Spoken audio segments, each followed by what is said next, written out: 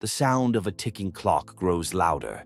The screen flickers, and then we see an old man struggling to walk, his cane tapping against the ground.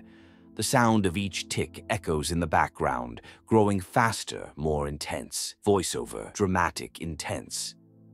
What if the person you mock today turns out to be someone you should have helped all along?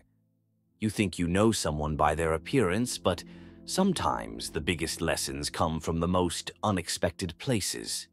The ticking stops abruptly, and the image fades into the bustling mall entrance, where the old man stumbles inside, his face weary with age, his clothes tattered. The camera zooms in on Jones, the young security guard, who rolls his eyes and stands up with a smirk as he watches the man. This is a story about a security guard who laughed at a poor old man, but little did he know, this man, named Jones, was about to teach him the most valuable lesson of all. The ticking sound resumes quietly in the background as the story begins. Mall entrance, evening. A tired old man in ragged clothes stumbles through the sliding doors, leaning heavily on a wooden cane. His shoes are worn and his clothes are tattered. Jones, the security guard, watches him with a mix of confusion and disdain. Jones smirks and stands up straight, adjusting his uniform. Jones, mocking. "Hey, old man, this ain't a shelter. What are you even doing here?" Old man, softly, almost whispering. "Just need to rest for a bit." Jones laughs dismissively as the old man struggles to walk toward a bench. His feet drag, and the mall's loud atmosphere only adds to his discomfort. Some customers walk by, giving him disgusted glances, while others barely notice his presence. The old man, named Jones, sits on the bench, sighing in relief but looking lost. Rising action. A group of teenagers walks past and they begin to whisper, laughing at Jones. Teen 1, whispering loudly. "Who let that guy in? He looks like he hasn't showered in weeks." Teen 2, laughing. "Maybe he's lost. Old folks get confused all the time." Jones chuckles along with them, tapping away on his phone. He scrolls through social media, occasionally looking up at the old man, his expression one of quiet amusement. Jones doesn't notice a woman, Sarah, in her mid-30s, as she walks by and takes in the scene. She pauses for a moment, seeing Jones's sadness. Sarah, gently. "Sir, are you okay? Do you need something to eat or drink?" Jones lifts his head, his eyes blurry with exhaustion. He looks up at her, surprised by the kindness in her voice. His lips tremble as he nods hesitantly. Jones, softly. "A sandwich, if it's not too much trouble." Sarah gives him a warm smile and heads to a nearby food court, leaving Jones still focused on his phone. Jones shakes his head in disbelief. Jones, scoffing. "Lady, you're wasting your time. He's just going to ask for more." Sarah returns shortly with a sandwich and a bottle of water. She hands it to Jones, who thanks her with teary eyes. Sarah, calmly. "Everyone deserves a little kindness, no matter who they are." Jones, still uninterested, turns away but begins to feel a slight discomfort in his chest. Jones's silent gratitude lingers in the air. Emotional flashback.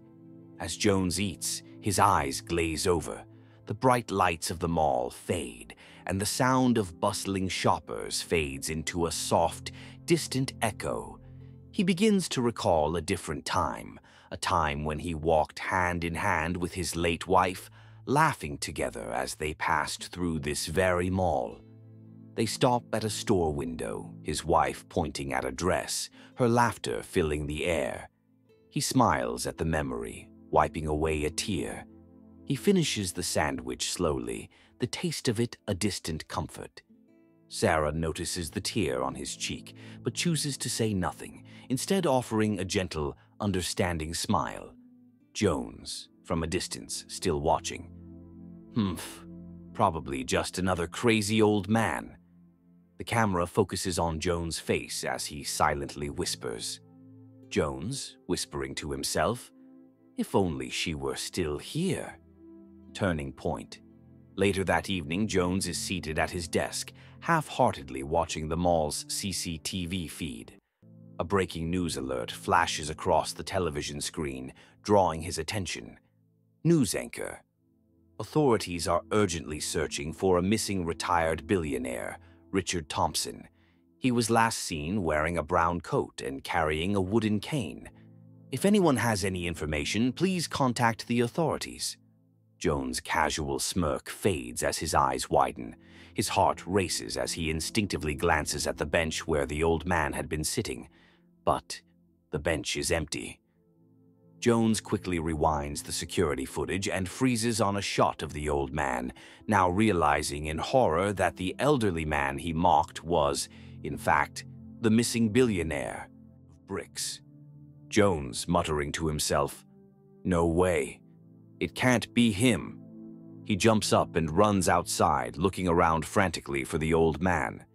His hands tremble with guilt as he walks quickly through the mall's parking lot, searching. Outside the mall, Sarah is sitting with the old man, who is now gazing down the street, looking lost. She tries to console him. Sarah, softly, "Your family must be worried sick. Maybe it's time to call them." Jones, looking distant, shaking his head. "I didn't want to be a burden. My son, he's always so busy. I thought, maybe it would be easier if I just disappeared." Suddenly, Jones rushes up to them, panting. His heart pounds as he approaches the old man. Jones, breathless. "Sir, wait, I saw you on the news. You're Richard Thompson, right? People are looking for you. Your family's been searching for you."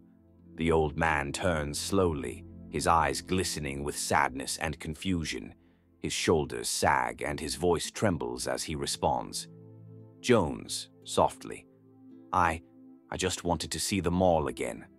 My wife and I used to come here, but I got lost." Jones feels a pang of regret deep in his chest, realizing the mistake he made. He takes a deep breath, fighting the lump in his throat. Jones, guilt-ridden, "I'm so sorry. I didn't know. I should have helped you sooner." The old man looks at him, nodding slowly, his eyes filled with tears. Resolution. Jones calls the authorities, and soon a police officer arrives, thanking Jones for finding the missing billionaire. The officer escorts Richard to a waiting car, where his family is anxiously waiting. Michael, Richard's son, rushes to his father and embraces him tightly. Michael, tears streaming down his face. "Dad, I've been looking everywhere for you. Why didn't you call me? I've been so scared." Jones, whispering, voice breaking. "I didn't want to be a burden, son. You've got your life. I thought you were better off without me." Michael shakes his head, still holding his father close.